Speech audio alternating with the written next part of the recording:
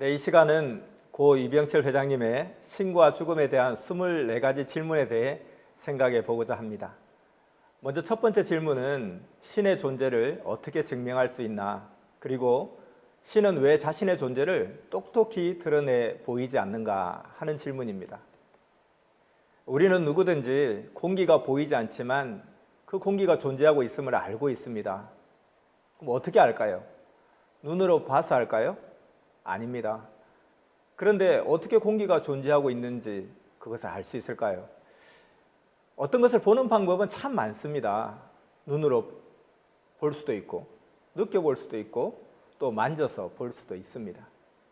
공기의 존재는 보이지는 않지만 느껴서 볼 수 있습니다. 이와 같이 하나님의 존재도 느껴서 볼 수 있습니다. 그러면 어떻게, 무엇으로 느낄 수 있을까요? 고린도전서 2장 13절에는 신령한 것은 신령한 것으로 분별할지니라 말씀했습니다. 하나님은 영이시라 영으로 볼 수 있고 영으로 느낄 수 있습니다. 육의 눈으로는 보이지 않고 또 육의 감각으로는 느낄 수 없습니다. 우리 소리도 너무 커도 또 너무 작아도 안 들린다고 합니다. 가청 영역이 있다는 것이죠. 인간의 귀로 들을 수 있는 소리의 범위가 있는데 그보다 작아도 안 들리고 심지어 그보다 소리가 더 큰데도 안 들린다고 합니다. 그리고 눈으로도 보이지 않는 것이 현미경으로 보면 보이는 것이 있듯이 눈도 가시 영역이 있습니다. 그 가시 영역의 밖의 것은 분명 존재하고 있지만 사람의 눈으로는 보이지 않습니다. 만약에 우리 손등에 미생물이 있다는 거예요. 근데 아무리 봐도 보이지 않습니다. 내가 시력이 너무 좋은데 아주 가까이에서 보는데 보이지 않는다는 거예요. 눈에 보이지 않는다고 해서 그 존재가 없는 것은 아닙니다. 이와 같이 영도 육으로는 볼 수도 느낄 수도 없습니다. 하나님은 영이시기 때문에 육의 눈으로는 보이지 않습니다.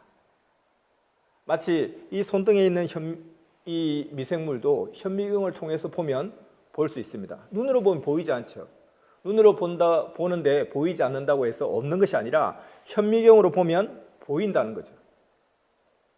하나님의 존재도 영으로 볼 수 있고 영으로는 느낄 수 있습니다. 근데 육의 눈으로는 보이지 않습니다. 누구든지 영으로는 느낄 수 있습니다. 증명하지 않아도 누구든지 스스로 볼 수 있습니다.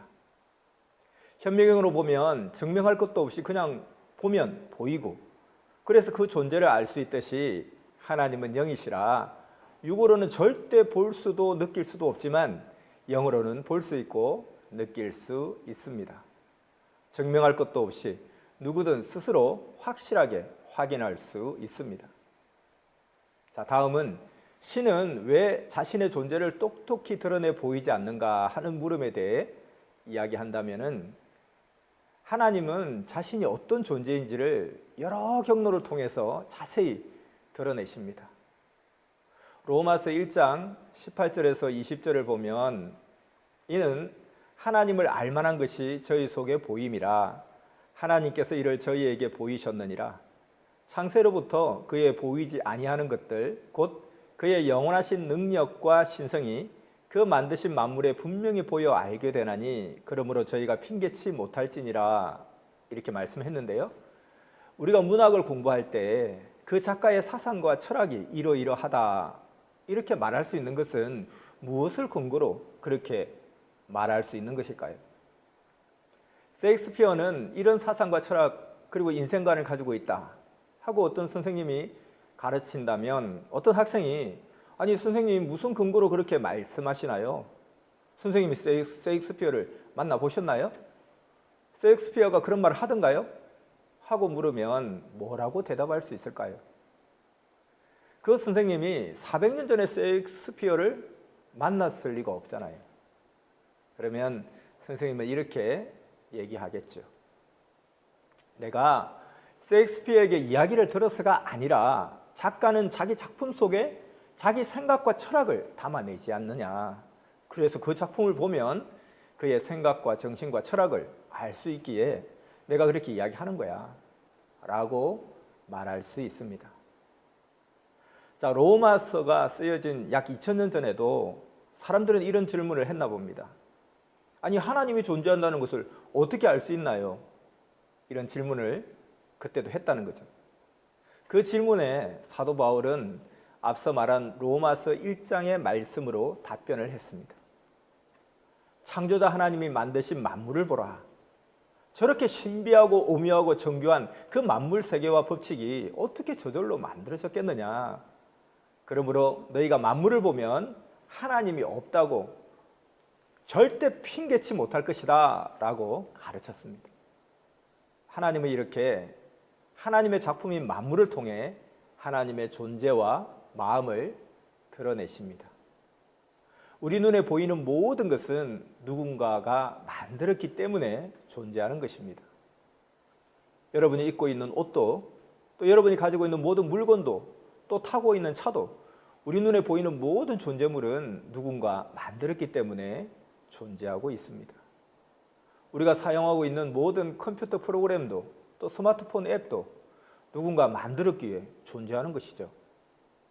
그렇듯이 하늘도, 땅도, 구름도, 물도 누군가가 만들었고, 또 비가 내리는 프로그램, 생태계의 프로그램, 모든 법칙이라는 이름의 프로그램도 누군가 그 프로그램을 만든 프로그래머가 있기에 존재하고 또 우리가 사용하고 있는 것입니다. 근데 이 지구상에 존재하고 있는 그 수많은 자연 법칙의 그 프로그램은 45억 년 동안 사용되고 있으며 한 번도 업데이트도 버전업도 없이 잘 사용되고 있습니다. 세상에는 정말 무수히 많은 법칙 프로그램이 존재하고 있는데 아직도 우리가 발견하지 못한 창조자 하나님이 만든 더 많은 프로그램이 존재하고 있습니다. 원시 시대에도 사람이 비행기를 타고 날 수 있는 프로그램은 존재하고 있었습니다. 그런 법칙은 있었습니다. 사람이 발견하지 못했을 뿐이죠. 사람들이 부단한 노력 끝에, 연구 끝에 그 프로그램을 찾았고 그것을 사용하였기 때문에 비행기를 만들 수 있었던 것입니다. 하늘을 날 수 있는 프로그램은 태초부터 하나님이라는 프로그래머가 만들어 놓았기 때문이죠. 그것을 드디어 사람들이 찾아내었던 것입니다. 이렇게 창조자 하나님이 만든 법칙이라는 프로그램을 찾아내는 것을 우리는 과학이라고 합니다. 그러므로 과학이 자꾸 발전할수록 하나님의 존재는 더 드러나고 하나님의 존재는 더 인정할 수밖에 없습니다. 누군가는 아니 달나라를 오가는 이 과학의 시대에도 하나님을 믿느냐 하는데 이것은 틀린 말입니다. 아니 달나라를 오가는 이런 시대인데도 아직도 하나님을 믿지 못하겠느냐 하는 말이 오히려 맞는 말인 거죠. 그래서 과학의 최고 경지에 오른 학자들은 하나님의 존재를 인정하게 됩니다. 그리고 우리가 아직 발견하지 못한 하나님이 만든 그 프로그램을 더 찾아보자. 정말 신기하고 오묘한 프로그램이 더 있을 것이다. 이렇게 하는 거죠. 하나님이 만든 만물과 법칙에 하나님의 신성과 능력이 드러나고 있습니다. 하나님은 인간이 사용하고 있는 그 자연 법칙을 통해 인간에게 베풀어 주신 그 만물을 통해 그리고 모든 인간 누구에게나 허락하신 하나님의 마음, 즉 양심을 통해 하나님의 존재하심을 분명하게 드러내고 계십니다. 자, 이것으로 고 이병철 회장님의 24가지 질문 중 첫 번째 질문, 신의 존재를 어떻게 증명할 수 있나? 그리고 신은 왜 자신의 존재를 똑똑히 드러내 보이지 않는가에 대한 내용을 마치겠습니다. 다음 두 번째 질문과 답변 편에서 다시 만나겠습니다.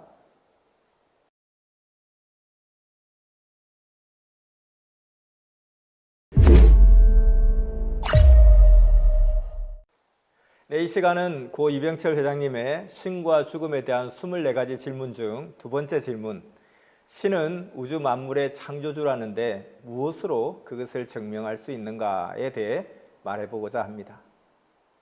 세상에 어떤 존재도 저절로 존재하는 존재는 없습니다. 누군가 만든 자가 있기 때문에 존재하는 것입니다. 세상 모든 만물도 또 구름도, 산도, 바다도, 하늘도, 땅도 누군가 만든 창조자가 있기에 존재하는 것입니다. 그리고 우린 그 존재자를 조물주, 창조자라고 이름합니다. 그런데 그 창조자가 존재하는 것과 그가 누구인지에 대해 확실하게 얘기하는 곳이 있습니다. 바로 성경입니다.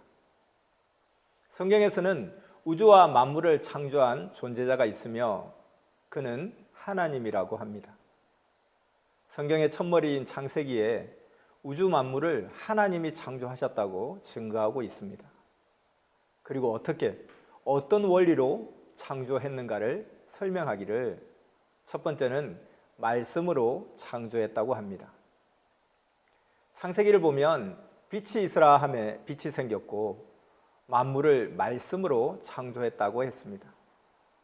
마치 육군 참모총장이 전원 집합하는 말 한마디를 하면 그 말로 인해 수만 명이 모이는 일이 벌어지듯이 하나님은 말로 세상을 창조하셨다는 것입니다. 또한 요한복음 1장 1절을 보면 태초에 말씀이 계시니라 이 말씀이 하나님과 함께 계셨으니 이 말씀은 곧 하나님이시라. 그가 태초에 하나님과 함께 계셨고 만물이 그로 말미암아 지은 바 되었으니 지은 것이 하나도 그가 없이는 된 것이 없느니라 했습니다. 여기서 만물이 하나님의 말로 창조됐다라는 것은 하나님이 만든 법칙으로 창조되었다는 말입니다. 하나님이 일정한 만물의 법칙을 따라 창조하시고 운행하게 하셨고 또 그 법칙은 세월이 흘러가도 변하지 않습니다. 우리는 이것을 진리라고 합니다. 두 번째는 하나님은 상대성으로 창조하셨습니다. 이사야 34장 16절에 보면 너희는 여호와의 책을 자세히 읽어보라. 이것들이 하나도 빠진 것이 없고 하나도 그 짝이 없는 것이 없으리니 이는 여호와의 입이 이를 명하셨고 그의 신이 이것들을 모으셨음이라 하셨는데 여기서 모든 만물들은 서로 이 짝으로 존재하도록 창조하셨다고 했습니다. 하늘과 땅이 있고 빛과 어둠, 그리고 남자와 여자, 낮과 밤, 음양 이렇게 모두 짝으로 존재하는데 이 둘이 서로 하나됨으로 인해서 완전함을 이룬다는 것입니다. 이렇게 상대성으로 창조해 놓으면 서로 작용하는 힘이 생겨서 그 힘으로 인하여 존재하게 되고 영원성을 갖게 그렇게 만드셨습니다. 세 번째는 이 터치의 법칙으로 창조했습니다.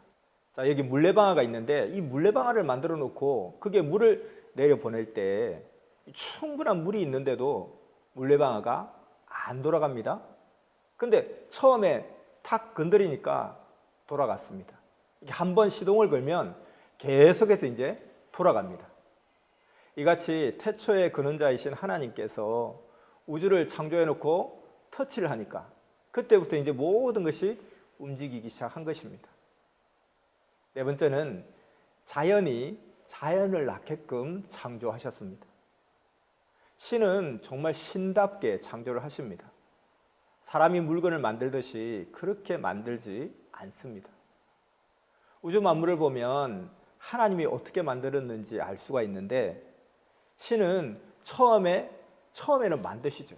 처음에는 만드시고 이게 탁 터치해서 시동을 건 뒤부터는 이제 만물이 만물을 만드는 거예요.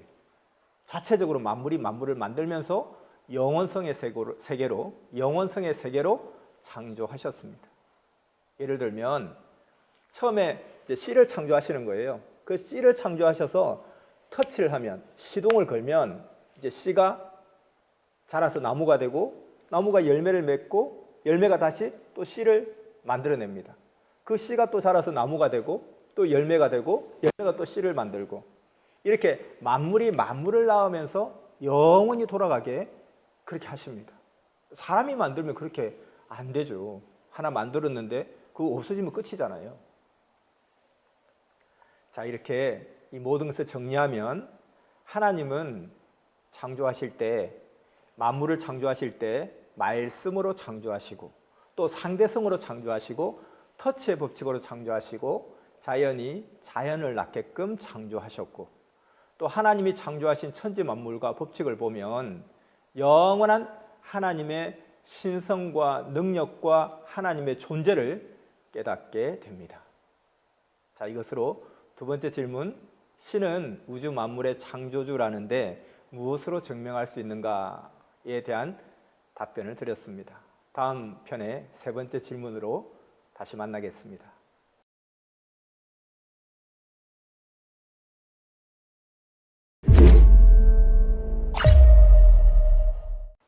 자, 지금은 고 이병철 회장님의 신과 죽음에 대한 24가지 질문 중 세 번째 질문, 생물학자들은 인간도 오랜 진화 과정의 산물이라고 하는데 신의 인간 창조와 어떻게 다른가? 인간이나 생물도 진화의 산물인가 하는 질문에 대해서 말해보고자 합니다. 흔히 창조론과 진화론을 비교하면서 창조냐 진화냐 논쟁을 하기도 합니다. 결론부터 말씀드리자면 창조적 진화론이라고 할 수 있습니다. 애초에 씨앗이 있어야 나무도 열매도 존재하게 되고, 또 열매는 다시 그 씨앗을 만들어 영원성의 세계로 이어지게 됩니다. 태초에 생명의 씨는 창조해야 그로부터 번식이 일어나며 이후로는 진화의 단계를 거치면서 영원히 이어지게 되는 것이죠. 과학자들은 원숭이가 진화되어서 사람이 되었다고도 합니다. 그러나 멘델의 유전 법칙에 보면 한 종은 한 종에서 끝난다고도 했죠. 한 종이 다른 종으로 되지는 않는다는 것입니다. 근데 다만 같은 종이 같은 종 내에서 발전할 뿐이죠. 수만 년 동안 완두콩 농사를 짓는다고 해서 완두콩이 팥이 되지는 않습니다. 사람도 마찬가지입니다. 하나님은 사람 씨 그리고 원숭이 씨를 근본적으로 다르게 창조하셨습니다. 물론 처음에 창조될 때는 어떤 종이든 볼품이 없습니다.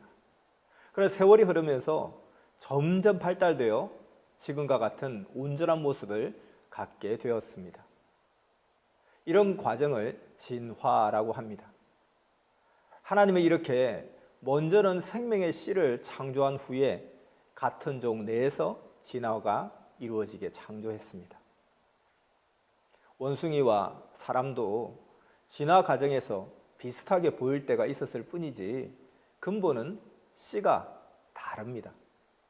이것은 절대적인 하나님의 법칙입니다.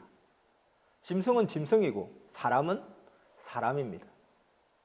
짐승이 진화되어도 사람으로 변화되지는 않습니다. 그 정신과 그 생각도 사람의 정신과 위치로 올라오지 못합니다. 이는 잠언서 8장 29절 말씀대로 바다의 한계를 정하여 물로 명령을 거스르지 못하게 하신 것과 같이 창조주께서 한계를 정하셨기 때문입니다. 짐승의 형상과 모양이 사람으로 변하지 않듯이 사람의 형상과 모양은 짐승으로 변하지 않습니다. 그러나 시편 49편 20절에 존귀에 처하나 깨닫지 못하는 사람은 멸망하는 짐승 같도다 말씀하신 대로 생각은 짐승같이 변해서 짐승의 생각의 위치로 떨어지기도 합니다. 이는 하나님을 제대로 깨닫지 못해서입니다. 참고로 동물이 인간이 될 수 없는 이유를 인간과 동물의 차이에서 한번 찾아보겠습니다. 인간이 동물과 다른 점은 인간에게는 영혼과 생혼과 각혼이 있지만 동물은 영혼이 없습니다. 오직 각혼과 생혼만 있습니다. 그리고 식물은 생혼만 있습니다. 그래서 동물과 식물은 영혼이 없기 때문에 영적인 생각을 못합니다. 또한 전도서 3장 21절 말씀에 보면 인생의 혼은 위로 올라가고 짐승의 혼은 아래 곧 땅으로 내려가는 줄을 알라 한 대로 동물과 식물은 죽으면 그 혼이 땅으로 가서 없어지지만 인간은 영혼, 영이 있기 때문에 그 영혼의 세계, 영원한 세계인 영계에, 영의 세계에 가게 됩니다. 따라서 동물과 식물은 인간처럼 영혼이 없기 때문에 구원의 대상이 아니라는 것입니다. 동물과 식물이 죽었다고 해서 하늘나라로 가지는 않습니다. 그리고 또 한 가지 중요한 사실은 하나님은 보다 낮은 세계는 보다 높은 차원의 세계를 위해서 존재하게 만드셨습니다. 무슨 말인가 하면은 식물은 동물을 위해 또 동물은 사람을 위해 존재한다는 것이죠. 식물은 동물에게 잡혀 삽니다. 식물이 아무리 자기 세상이다 하고 살아도 양들이 한번 싹 지나가면 다 망가집니다. 또 동물이 자기 세상이라고 해도 사람이 잡아먹으면 그만입니다. 소는 아무리 노련해도 사람이 다스립니다. 이와 같이 사람도 아무리 날고 기고 사람 세상이라고 해도 이 세상은 하나님 세상입니다. 결론적으로 창조자 하나님은 만물도 식물도 동물도 사람도 각각의 한계를 정하여 창조하셨기에 진화로 인해 종이 달라지지는 않습니다. 처음에는 생명의 씨를 창조하셨고 그 씨앗으로 인해 시간이 흐르면서 점점 진화를 이루어 갑니다. 그렇다고 동물이 사람이 되는 것은 아닙니다. 그러므로 창조적 진화론이라고 말할 수 있습니다. 네, 이것으로 세 번째 질문, 생물학자들은 인간도 오랜 진화 과정의 산물이라고 하는데 신의 인간 창조와 어떻게 다른가? 인간이나 생물도 진화의 산물인가? 하는 질문에 대한 답변 마치겠습니다. 다음 편에서 또 만나겠습니다.